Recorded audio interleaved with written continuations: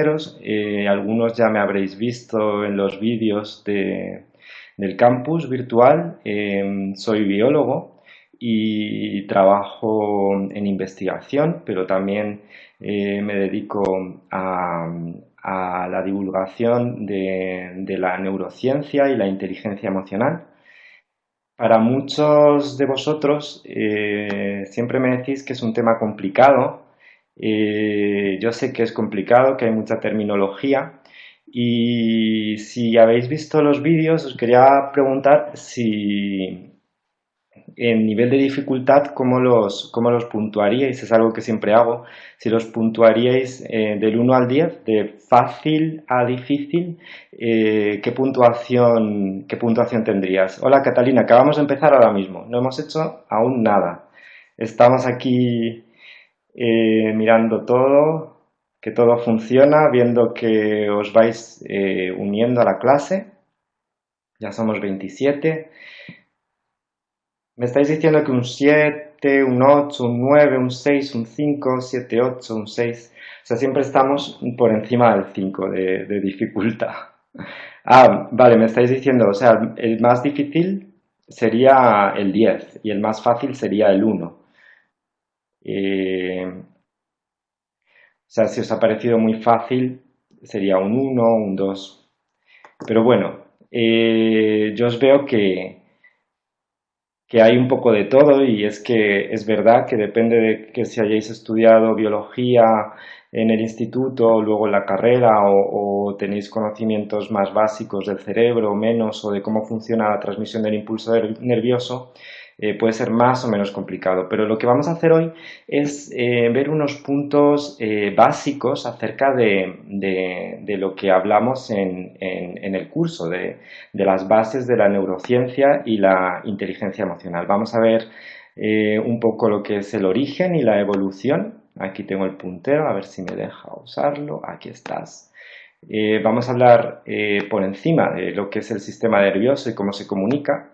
Vamos a ver qué es el cerebro emocional, y luego vamos a ver esto de manera más compleja, cómo se articula la actividad cerebral con los mecanismos que dan lugar a la emoción.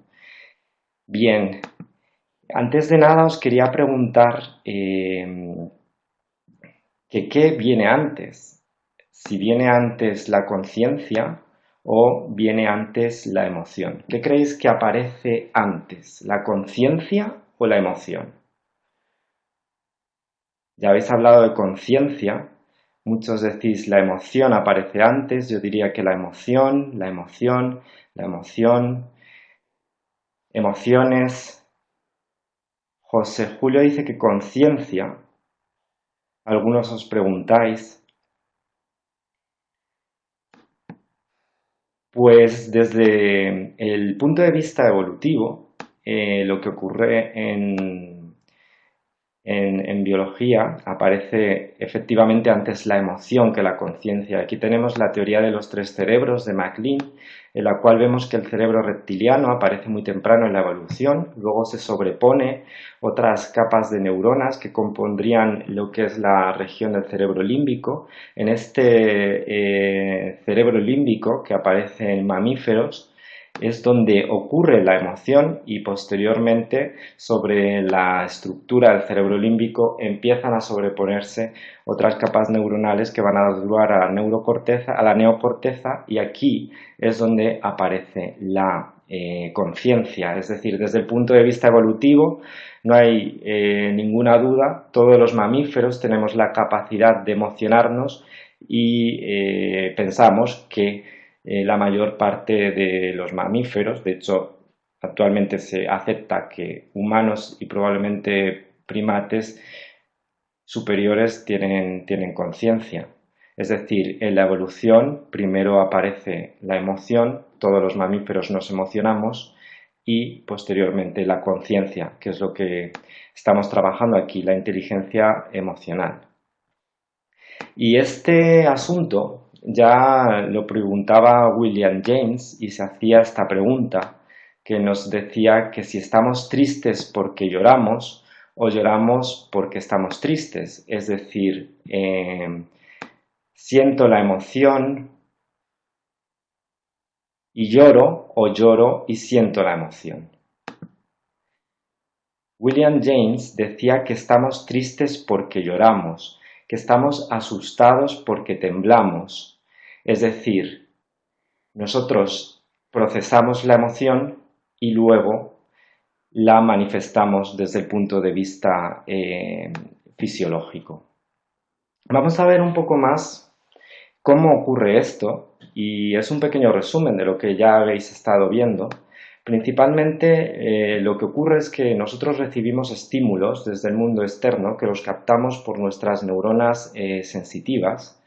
Nuestros estímulos van a transmitirse hacia el cerebro y estos estímulos van a llegar hacia lo que denominamos el cerebro emocional. Aquí os he dibujado lo que es una caja negra que ahora mismo no vamos a entrar en ella, pero que la vamos a ir desenmarañando poco a poco a lo largo de la clase. Y una vez que estos estímulos han entrado a esta caja negra, sentimos la emoción en nuestro cuerpo. Y sentimos la emoción en nuestro cuerpo gracias a que se produce la activación de una región cerebral que es el hipotálamo y que va a tener consigo o va a llevar consigo la activación del sistema nervioso autónomo. El sistema nervioso autónomo, que se divide en sistema nervioso simpático y parasimpático, pero no vamos a entrar en ello ahora, es el sistema que nos permite sentir la emoción en nuestro cuerpo. ¿Y sabéis por qué se llama autónomo? Porque no necesita de la conciencia para actuar. Es decir, la activación del sistema nervioso autónomo puede producir que caigan lágrimas de nuestros ojos, y esto ocurre cuando estamos tristes, por ejemplo. Puede producir que nuestro corazón lata más rápido, y esto ocurre en un montón de emociones. Recuerdo que uno de vosotros me preguntó el año pasado que cuando siente miedo el corazón le late más rápido, es decir, hay una activación del sistema nervioso autónomo y se nota como que los músculos se le contraen, y me preguntaba, pero es que cuando me pongo muy contento, cuando estoy muy contento, el corazón también me late más rápido, y me preguntaba, ¿qué quiere decir esto? ¿Que no estoy contento y que siento miedo? No, simplemente esto es un reflejo de la activación de nuestro sistema nervioso autónomo, es decir, nosotros sentimos un estímulo, el estímulo es procesado por nuestro cerebro emocional y en la gran mayor parte de los casos se produce una activación del sistema nervioso autónomo, porque las emociones están aquí para avisarnos de cambios en nuestro entorno, y cuando se produce un cambio en nuestro entorno y nosotros lo detectamos, normalmente reaccionamos, y la reacción inicial más rápida que existe es una activación inconsciente, que no pase por la consciencia, que no la procesemos, es una activación de nuestro sistema nervioso autónomo que irriga todas estas glándulas. Bien, hasta aquí todo ok. ¿Tenéis alguna duda? ¿Continuamos?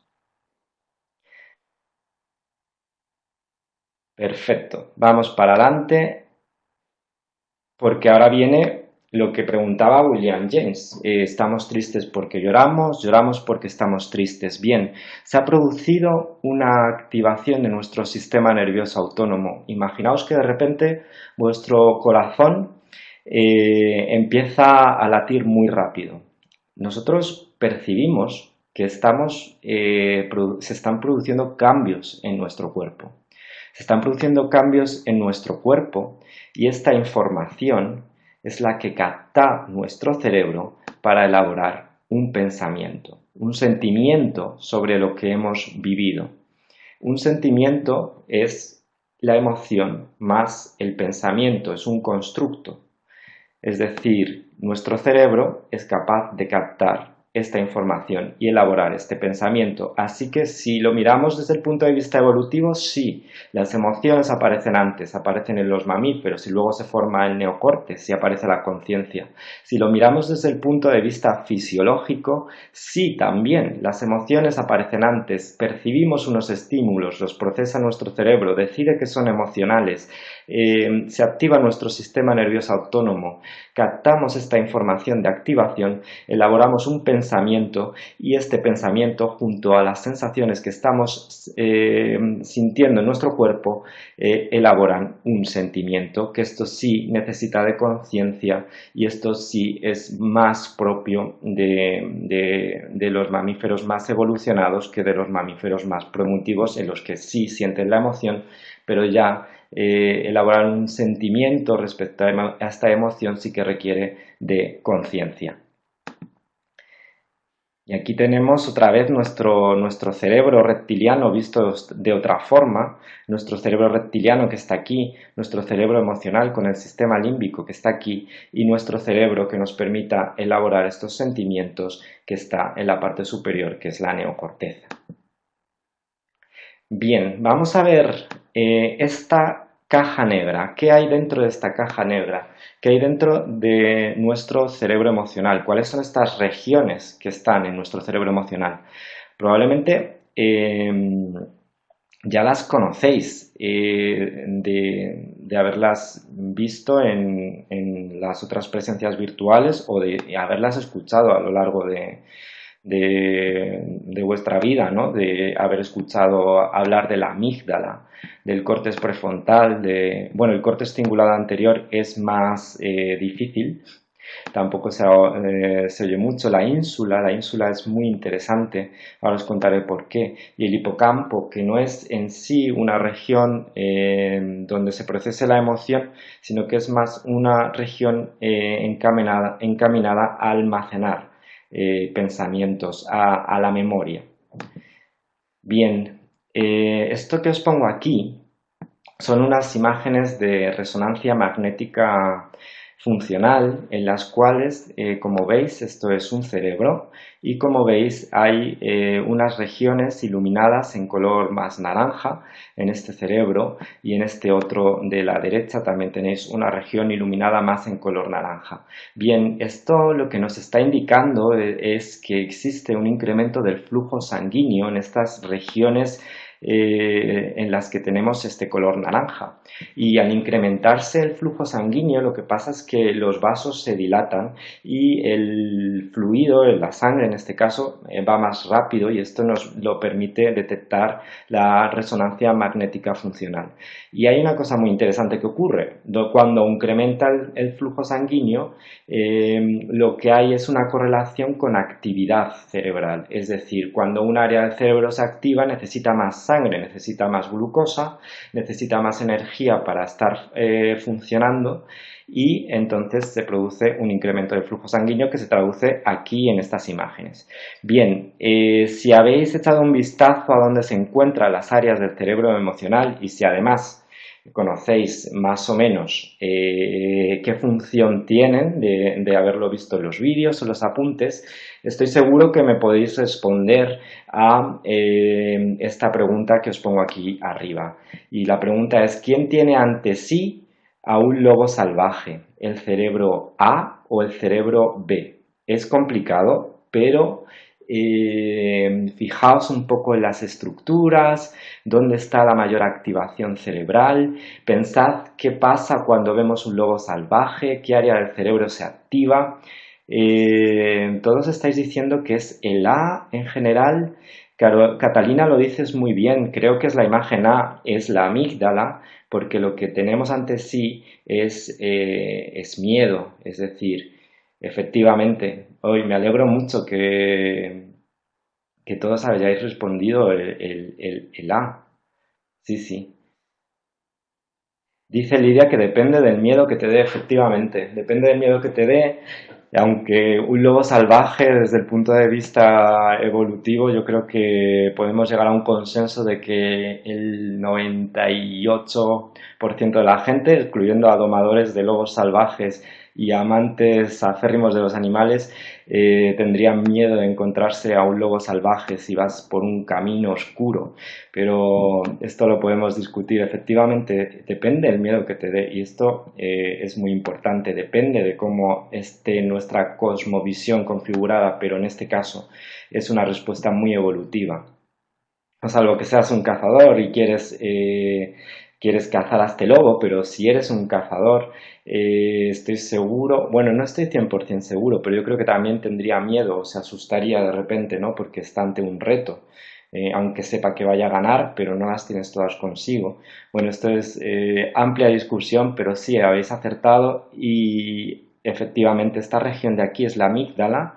Hay dos amígdalas en el cerebro. Una como veis, el cerebro es simétrico. Tenemos una aquí, otra en el otro lado izquierdo y en este caso hay una activación del lado derecho. No voy a entrar porque se activa una o la otra, es un tema más complicado, pero tiene que ver un poco con memoria, distintos tipos de memoria, de procesamiento, pero sí, las amígdalas están aquí. También hay amígdalas aquí en la garganta. La amígdala realmente es un término anatómico para definir la forma como de bolita que tienen la amígdala cerebral y también las amígdalas de la garganta, que cuando se inflaman, que es por incremento de flujo sanguíneo, no tiene nada que ver con que tengamos miedo. Pero a veces hay gente que tiene confusiones con esto, ¿ok? Y entonces la respuesta B o la figura B que preguntó que quién tiene ante sí a una manzana podrida. Evidentemente sería la B porque la A ya la hemos dicho, pero os quiero preguntar qué área creéis que es esta que está más o menos en medio de todo, que es como un córtex interoceptivo. El asco, dice Tania, efectivamente se está activando por asco la manzana podrida. Dice Catalina que sería el hipocampo. El hipocampo tendría un papel, pero no sería el área que se está activando aquí.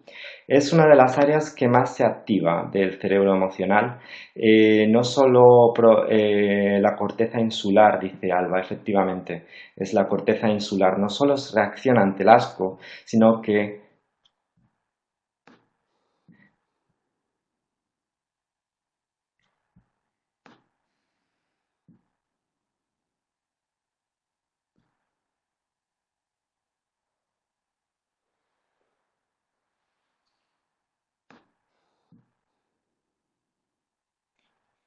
reacciona. Perdonadme, se ha congelado unos segundos el ordenador.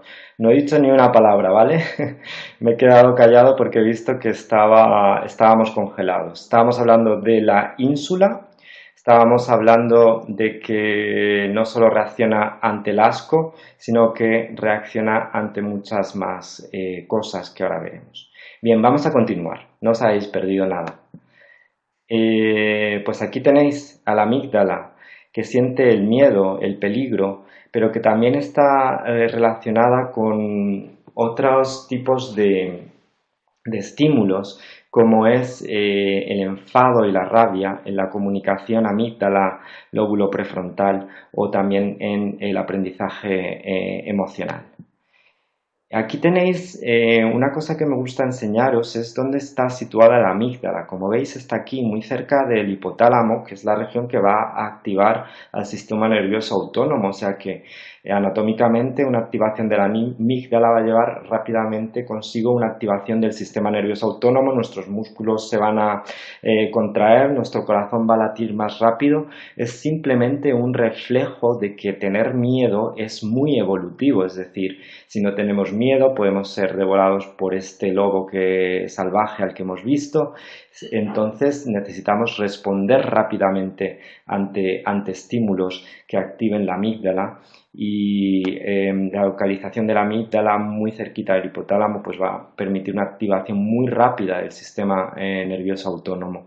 Pero además fijaos otra área del cerebro que está muy pegada a la amígdala de forma anatómica, que es el hipocampo. Como os decía, el hipocampo es el área del cerebro encargada de procesar las memorias. Os voy a pedir que penséis, que si queréis cerrar los ojos para entrar en pensamiento y que penséis así al azar, sin mucho más, os dejéis llevar y que penséis algo, un recuerdo que tengáis ahora mismo. O sea, sentir ese recuerdo, recreaos si podéis en los colores, recreaos en donde estabais, recreaos en las personas, recreaos en la emoción muchos recuerdos tienen almacenadas emociones dentro.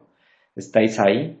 ¿Estáis en ese recuerdo que tenéis? Bien, ahora os voy a pedir que evaluéis del 1 al 10, siendo 1 menos y 10 más, qué contenido o carga emocional tiene ese recuerdo para vosotros. Es decir, 1 poco contenido emocional, 10 mucho contenido emocional. ¿Dónde estáis en ese recuerdo que habéis seleccionado vosotros, menos Soraya, de momento? Todos le dais de 8 para arriba, Juan le da un 6, Beatriz le da un 4. El consenso es que la mayor parte de vosotros está diciéndonos que al seleccionar un recuerdo del cerebro, principalmente habéis seleccionado un recuerdo con mucha carga emocional, y no es extraño, porque los recuerdos que mejor recordamos son los que tienen un componente emocional mayor, y esto no es más que una consecuencia de que la activación de la amígdala y de nuestro sistema de nuestra amígdala incrementa la capacidad del hipocampo para registrar recuerdos. Así que los recuerdos más vividos, los recuerdos que incluso podéis oler los colores o saber de forma exacta dónde estabais situados, son recuerdos que tienen un componente emocional muy alto, porque el hipocampo, ante los contenidos emocionales, incrementa su capacidad para registrar estos recuerdos, y luego es muy fácil traerlos. ¿Vale? Vamos a continuar. No sé si queréis preguntar algo o seguimos para adelante. Aquí está nuestro hipocampo, aquí muy cerquita de la amígdala.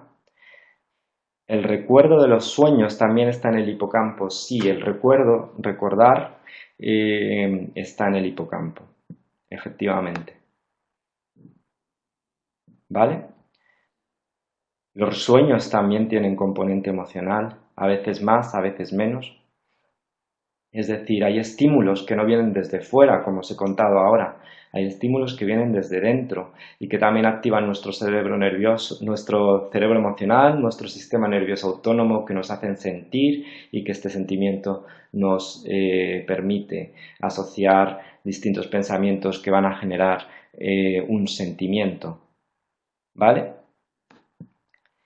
Bien, vamos a continuar y vamos a hablar de otras dos áreas que están en este puff, bueno, esta caja negra, pero realmente era un puff de IKEA que he cogido para la presentación. Esta caja negra, que es nuestro cerebro emocional, tenemos otras dos áreas que son el córtex prefrontal y el córtex cingulado anterior.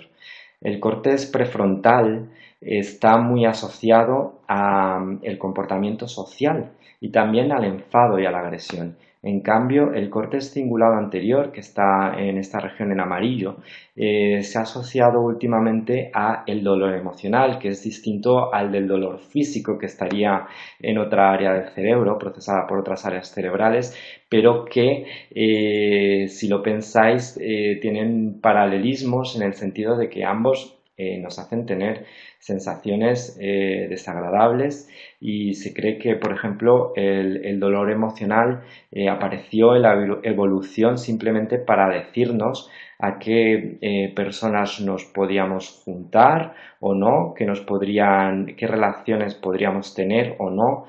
Nos advierte de aquellas personas que nos han hecho daño o no nos han hecho daño, y también desde un punto de vista mucho más biológico habla de cohesión en la tribu. Es decir, normalmente cuando un individuo es excluido de una tribu, y estamos hablando de las primeras sociedades de homínidos, siente dolor emocional. Es casi universal. El miedo a la exclusión, a sentir ese dolor emocional, se cree que favorecía la cohesión en las tribus, y así más adelante, pues, formación de sociedades con mucho más número de individuos, porque tendemos, en nuestro caso de los humanos, a estar más cohesionados. Y aquí os tengo una diapositiva que me gusta bastante, en la que podéis ver cómo ha ido evolucionando el córtex prefrontal a lo largo de la evolución de los mamíferos, desde los ratones, el gato, aquí tenéis ya el chimpancé, que es uno de nuestros antepasados más cercanos, y los humanos. Como veis, el córtex prefrontal es el área del cerebro que más ha crecido a lo largo de la evolución.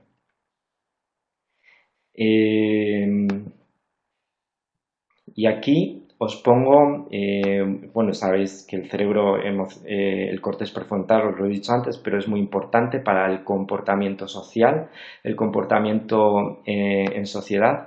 Y aquí os pongo otro caso interesante de resonancia magnética funcional. Este área, pues otra vez, es un área de alta actividad neuronal. Podéis, y aquí tenemos otra persona con la misma área, pero que parece que la actividad neuronal de este área está más deprimida que en la de la imagen izquierda. Primero os quiero preguntar qué área es esta que está más activada o que vemos en rojo en estas imágenes para que entendáis bien. Me gusta situaros porque sé que hay muchos cerebros, muchas imágenes y si no sabemos dónde estamos, luego es más complejo. Prefrontal, efectivamente es el prefrontal, os estoy chequeando, pero creo que llevéis el hilo de lo que estoy diciendo, porque como veis aquí hay dos personas, una que tiene mayor activación del córtex prefrontal y otra que tiene una menor activación del córtex prefrontal. Bien, estas dos personas tienen un mayor o un peor pronóstico de recuperarse de una patología que se llama fobia social, que es una patología en la cual los individuos que padecen fobia social son incapaces de hablar en público, les suda mucho las manos, tienen mucho miedo, les cuesta mucho interaccionar en sociedad y los neurólogos se han dado cuenta de que una mayor activación en el córtex prefrontal medida por resonancia magnética funcional predice que estas personas pueden curarse mejor que otras personas que tienen menor activación de este área prefrontal en su cerebro. Es decir, estamos hablando de que el córtex prefrontal es importante para la cohesión social, pero fijaos que, bueno, cohesión social o comportamiento social, ¿vale? Pero fijaos que este conocimiento se puede incluso trasladar para hacer pronósticos médicos acerca de una persona que tenga un mejor o un peor pronóstico respecto a curarse de una patología. ¿Vale? Déficit de atención. ¿A qué se debe neurológicamente? Pues Lidia, ahora mismo tengo que mirarlo bien para decírtelo de forma concreta, ¿vale? Pero es muy interesante la pregunta. El déficit de atención evidentemente no está muy focalizado.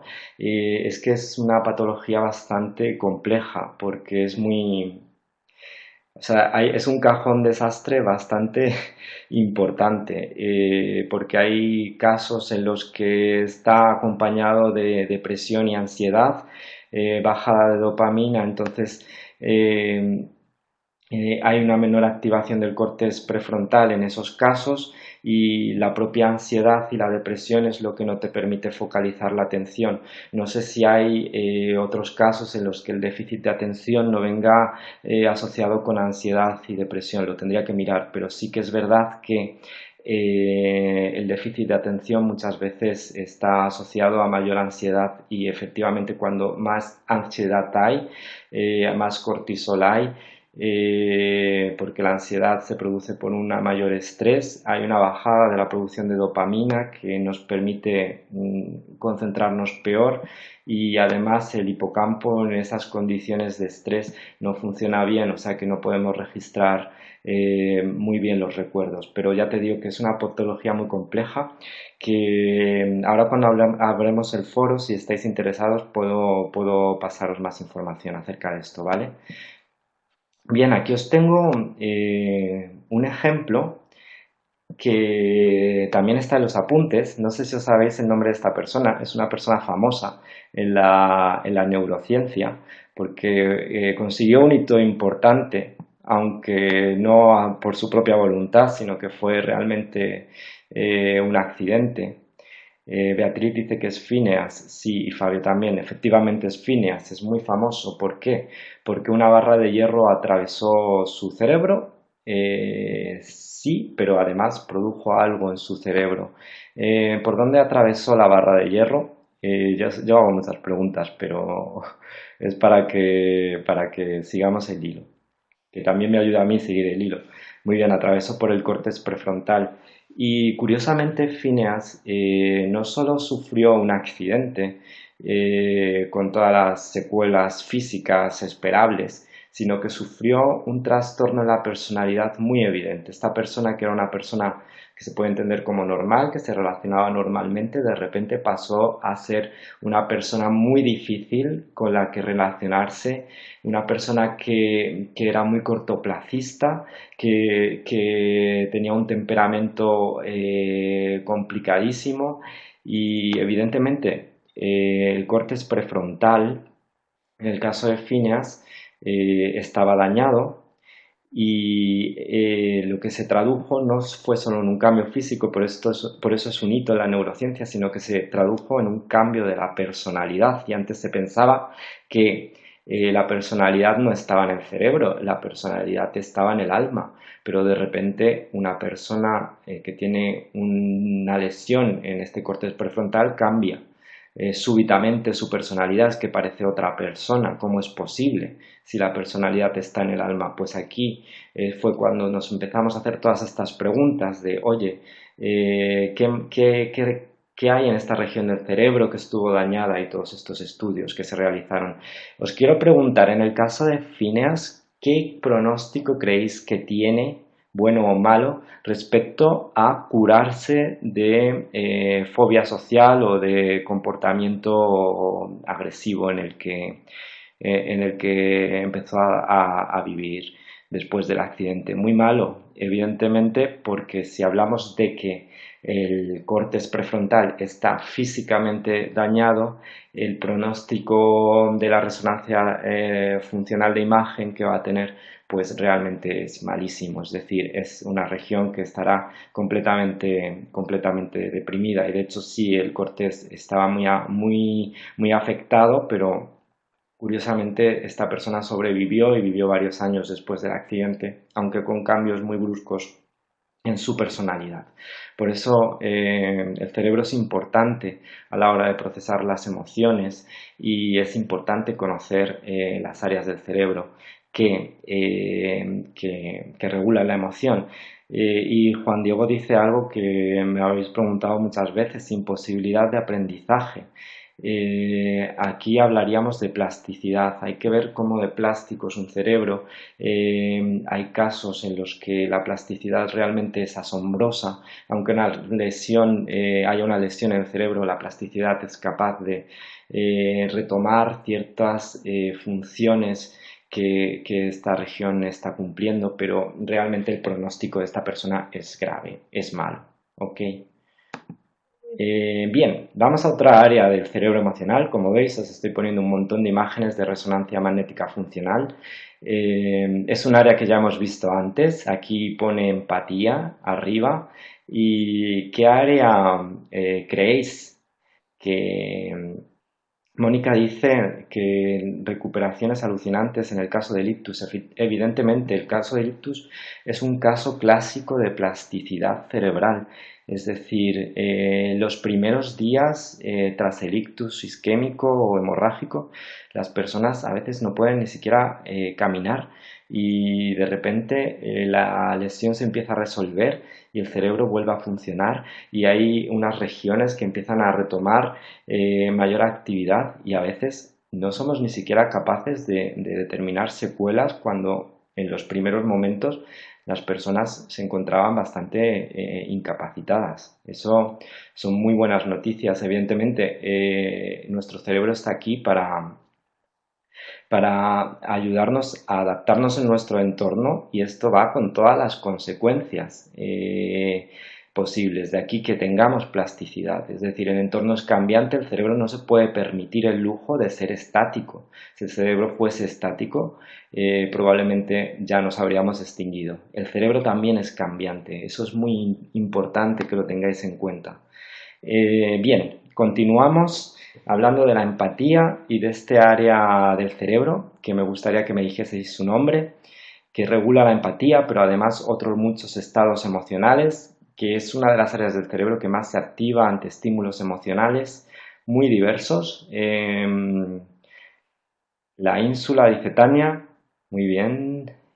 Eh, Está cerca del corte cingulado anterior, que estaría por aquí, pero realmente es la ínsula. La imagen a lo mejor no hace mucha justicia por donde la disposición del cerebro, del corte cerebral, pero sí es la ínsula o corte interoceptivo, que está en una región que recibe muchísimos estímulos, y uno de ellos que es muy interesante es la empatía, es decir, imaginar el dolor cuando observas el dolor.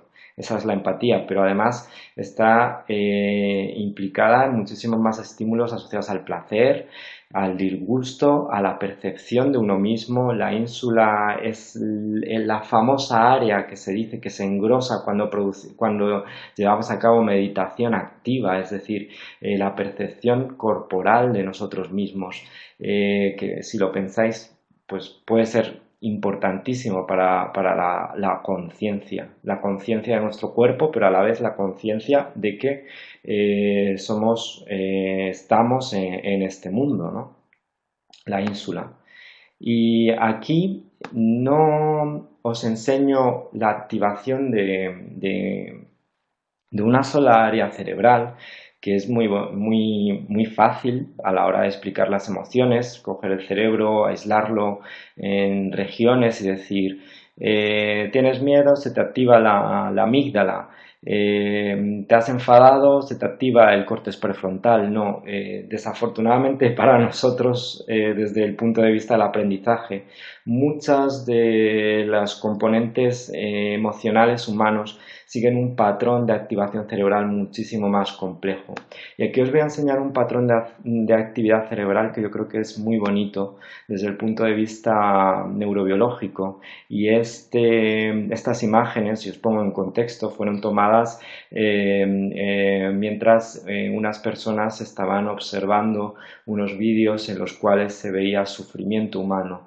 No voy a entrar en detalles, pero sí que estas personas lo que hicieron fue sentir compasión por el sufrimiento humano que estaban viendo en estas imágenes.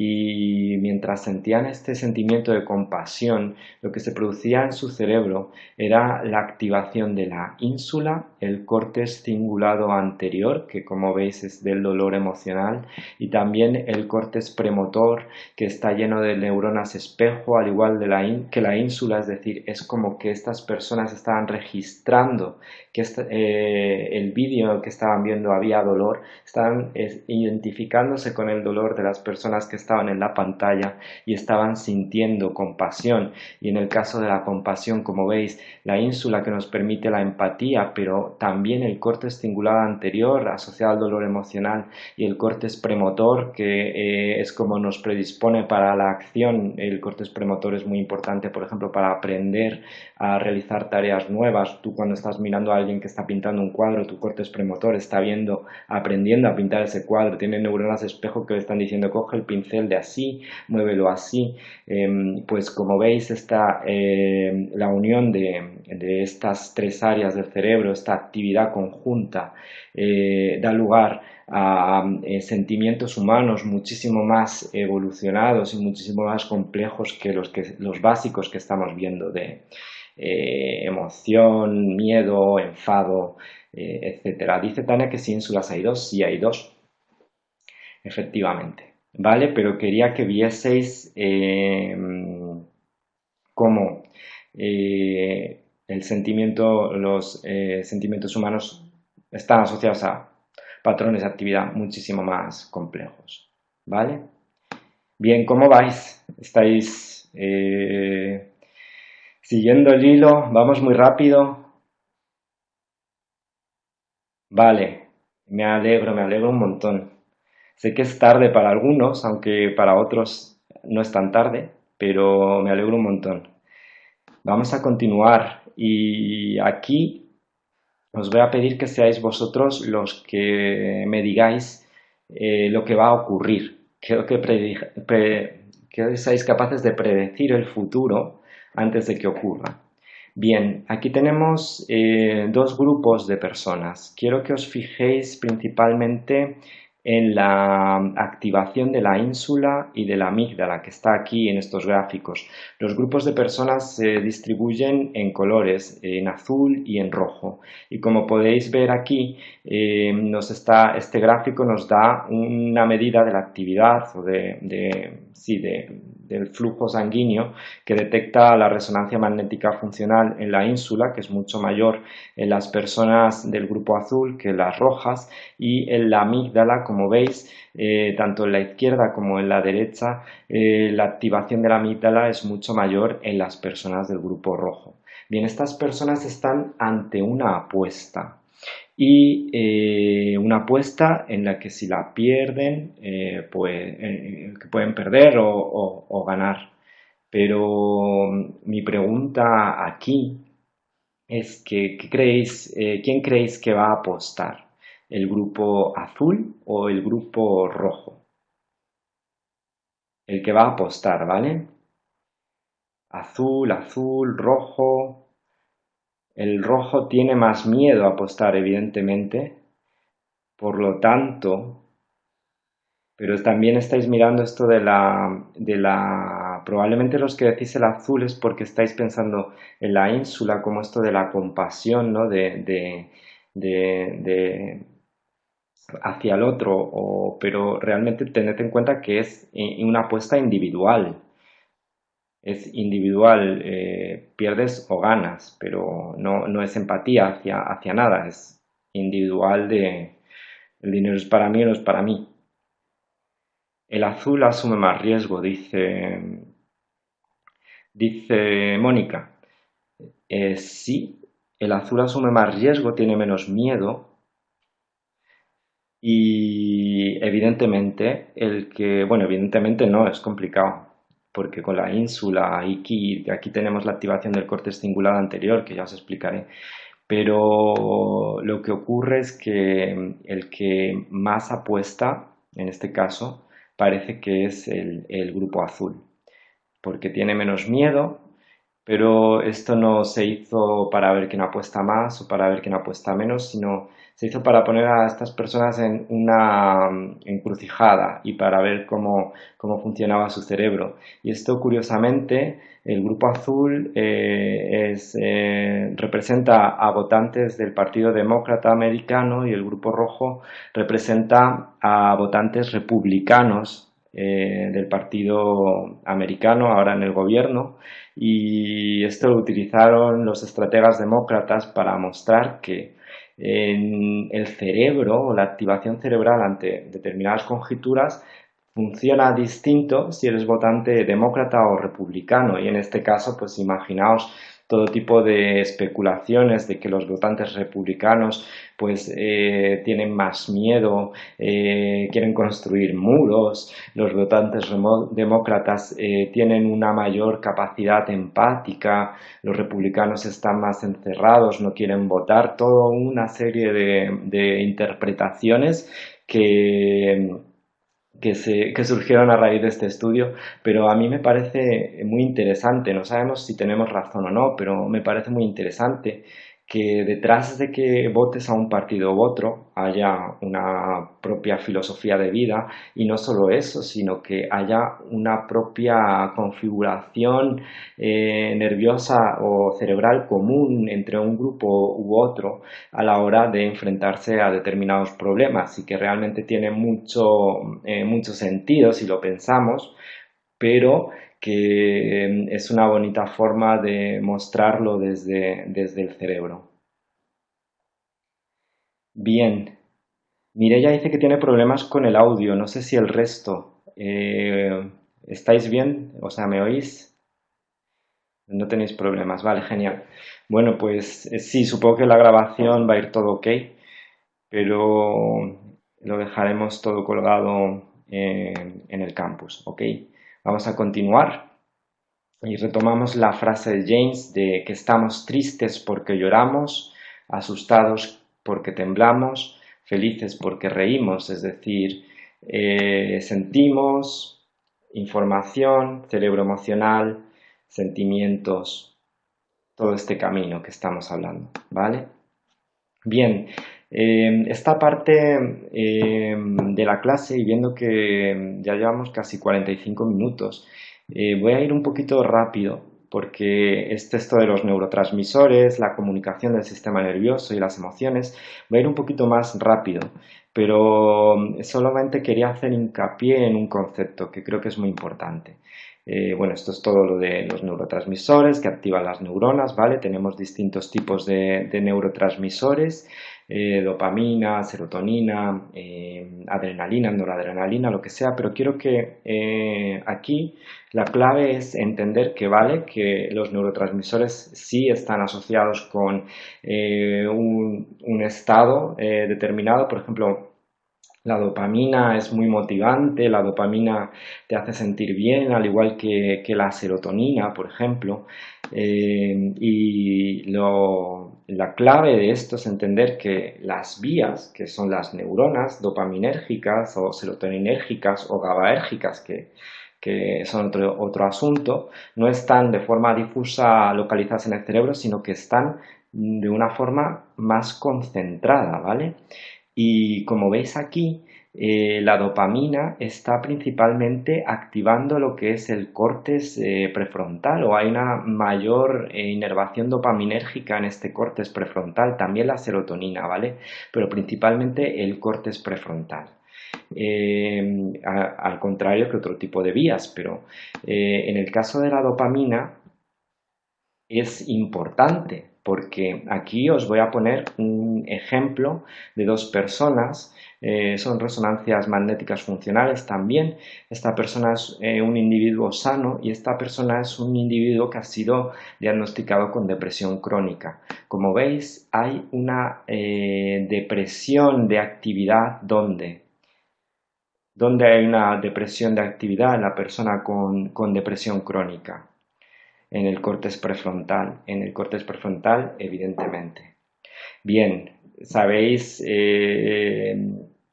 las dianas de acción de la mayor parte de los fármacos antidepresivos que existen. La diana de acción, cuáles son los dos neurotransmisores fundamentales que se regulan el uno al otro en estos fármacos antidepresivos. Son dos, serotonina, dopamina, efectivamente. Si tú quieres tratar a una persona con depresión crónica, que se ve en las imágenes que tiene una bajada de actividad en el córtex prefrontal, esto no es más que un reflejo de esto. Aquí no hay dopamina y las neuronas no se están activando. Por eso es muy importante que entendáis que los neurotransmisores sí causan los estados de activación, estados diferentes en nuestro cerebro, pero que lo hacen por la configuración de nuestro sistema nervioso, ¿vale? Es decir, no hay dopamina, no activo por lo tanto hay los pacientes de depresión crónica con baja dopamina y serotonina. La serotonina es un regulador de la dopamina, en este caso podemos mantenerlo así, ¿vale? Para simplificarlo, pero también hay bajada de dopamina de serotonina, perdón, en los pacientes con depresión crónica. Pero lo interesante es que la bajada en estos neurotransmisores produce una desactivación de esta corteza. Y dice Lidia, y la ansiedad también sí, van cogidas de la mano. Carga emocional puede producir estrés. El estrés produce una bajada de la dopamina y realmente la dopamina es el neurotransmisor fundamental que activa el centro de recompensa cerebral, que es un área del cerebro que creo que comentamos en los apuntes, que cuando se activa sientes placer, pero cuando no se activa sientes ansiedad, ansiedad por activar ese placer otra vez. Y de ahí viene la ansiedad, está cogido de la mano. Es decir, hay depresión, hay ansiedad, es lo mismo. Por eso hablábamos del déficit de atención, ¿no? Que pasa en las personas con déficit de atención, pues algunas llevan acompañadas ansiedad, no conseguimos focalizar, van cogidas de la mano, bajada de dopamina, incluso depresión. Bien, pues ese era el principal punto que quería hacer respecto a los neurotransmisores. Y luego, ya lo hemos hablado, pero la plasticidad neuronal, es decir, ¿qué pasa? Que nosotros, nuestro cerebro se activa, siente, ve el mundo, y esto va dejando una huella, pero esta huella se puede cambiar. Esta huella puede modularse y puede cambiarse. Y aquí os pongo un ejemplo, no es ninguna metáfora, os lo voy a enseñar desde el punto de vista de la imagen de la resonancia magnética funcional, que como habéis visto no nos miente casi. Somos capaces de predecir el futuro, somos capaces de ver quién va a votar demócrata o republicano, somos capaces de ver qué está sintiendo una persona, si está sintiendo compasión o no. Pues aquí os voy a enseñar un ejemplo de plasticidad cerebral que vosotros mismos vais a ser capaces de decirme o de entenderlo muy fácilmente. Mirad, aquí hay una persona que tiene fobias. Y esta persona se le ha expuesto a sus fobias, esto se hace pues en un vídeo mientras la persona está en un aparato de resonancia magnética funcional, se le pone a sus fobias y ¿qué ocurre aquí? ¿Qué ocurre a la persona a la que se le ha expuesto a sus fobias? Dice, ay María Celia, luego te contestaré por el foro, pero está muy relacionado lo del tabaco, y la ansiedad, muy relacionado. Bien, seguimos, que no quiero perder el hilo. Se activa la amígdala, efectivamente, se le activa la amígdala, les pones a su fobia, se te activa la amígdala, sistema nervioso autónomo súper activado, el corazón empieza a latir, incluso podemos entrar en pánico si la carga es muy alta. Nos quedamos ante el miedo. Hay tres cosas que podemos hacer: huir, enfrentarnos a él o quedarnos paralizados. Pues sea lo que le pasa a esta persona, seguramente es una de estas tres cosas. Hay una hiperactivación de la amígdala ante esta fobia. Bien, esta misma persona siguió una terapia cognitiva, psicológica, para curarse las fobias y volvió a exponerse a estas fobias. Y este es su cerebro ante esta fobia. Otra vez, en imagen resonancia funcional. ¿Creéis que esta persona se ha curado de su fobia? Decís que sí, efectivamente, se ha curado y no tiene fobia, no tiene activación de esta amígdala. Es un ejemplo muy claro de plasticidad neuronal, es decir, nosotros somos capaces de modificar los patrones de activación neuronal, pero no solo eso, sino la conducta que al final subyace en estos patrones. ¿Vale? Bien. Vamos a continuar un poquito, ya nos queda muy poco. Antes de nada, quería preguntaros si veis algo que falla en la frase de William James de que estamos tristes porque lloramos, asustados porque temblamos, que no es más que percibimos los estímulos, llegan a nuestro cerebro y sentimos la emoción. Posteriormente nuestro cerebro, nuestra conciencia la capta y generamos este sentimiento. Entonces estamos tristes, porque estamos llorando, porque hemos sentido la emoción de la tristeza. Dice Beatriz que si es al revés.